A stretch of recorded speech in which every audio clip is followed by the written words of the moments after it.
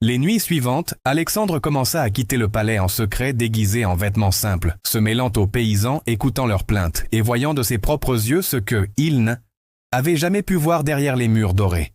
Il voyait des enfants affamés, des femmes travaillant jusqu'à l'épuisement et des hommes tombant sous le fouet des soldats pour n'avoir pas payé leurs impôts.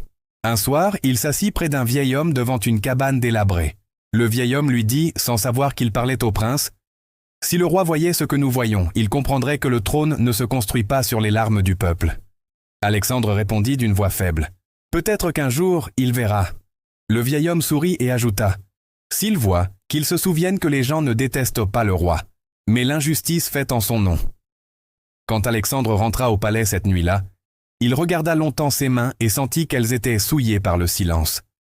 Le lendemain, il convoqua son père et lui dit « Père, je veux parler au nom du peuple lors du prochain conseil. » Le roi sourit avec sarcasme. « Le peuple? Le prince parle du peuple? N'oublie pas que tu es né pour gouverner, pas pour écouter, mais pour gouverner avec justice.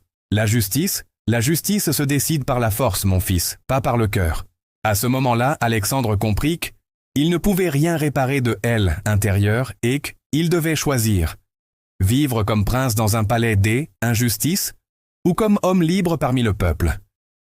Alors qu'une tempête frappait les fenêtres du palais cette nuit-là, il fit ses adieux à Ella par une lettre. « Si je m'éloigne de toi, sache que je n'ai pas fui, mais choisis le chemin que ma mère m'a indiqué, le chemin du cœur. » Puis il quitta le palais, laissant derrière lui tout ce qu'il possédait. Il marcha pendant des jours à travers forêts et villages jusqu'aux confins du royaume, où les gens commencèrent à murmurer au sujet d'un jeune homme inconnu qui les guidait contre l'injustice du roi.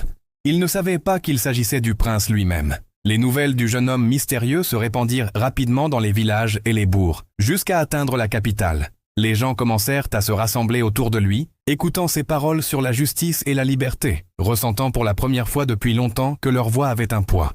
Par une nuit sombre, sous la lueur pâle de la lune, Alexandre se tint devant une foule de paysans et de soldats épuisés. « Je ne suis plus le prince que connaît le palais.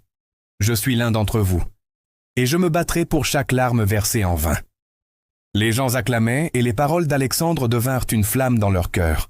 La révolution grandissait, le drapeau de la liberté s'élevait dans les campagnes et la ville, et les soldats qui les oppressaient commencèrent à se rallier à lui. Au palais, le roi ressentit pour la première fois la peur.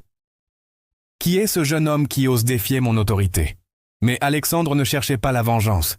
Il dit à son peuple, « Notre but n'est pas de renverser le roi, mais de construire un royaume juste.